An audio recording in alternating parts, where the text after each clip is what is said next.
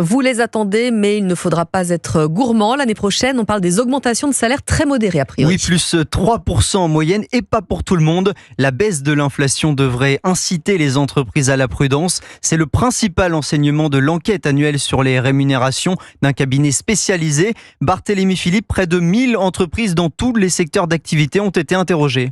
Oui, en 2025, l'augmentation de salaire moyenne devrait atteindre 3% seulement. Après des années 2023 et 2024 marquées par des hausses de salaire exceptionnelles liées à la forte inflation, la stabilisation des prix entraîne un quasi-retour aux habitudes d'avant-crise sanitaire. Cyril Bélanger est directeur du conseil en rémunération de Mercer France. Les budgets d'augmentation ont toujours eu tendance à suivre bien évidemment l'inflation. Alors quand l'inflation tournait à 1%, on avait un budget d'augmentation qui tournait plutôt à 2%, voire 2,5%. Si les négociations annuelles obligatoires s'annoncent plus tendues qu'en 2023 et 2024, c'est aussi en raison du contexte économique et politique très instable. Il y a un aspect extrêmement important, c'est le pessimisme des entreprises par rapport à 2025. Et ce qu'on remarque par rapport aux années passées, c'est qu'on retrouve un peu plus de sélectivité. On a également cet aspect d'essayer en tout cas de retenir les collaborateurs les plus performants. La moitié des entreprises interrogées déclarent qu'elles n'accorderont pas d'augmentation collective en 2025.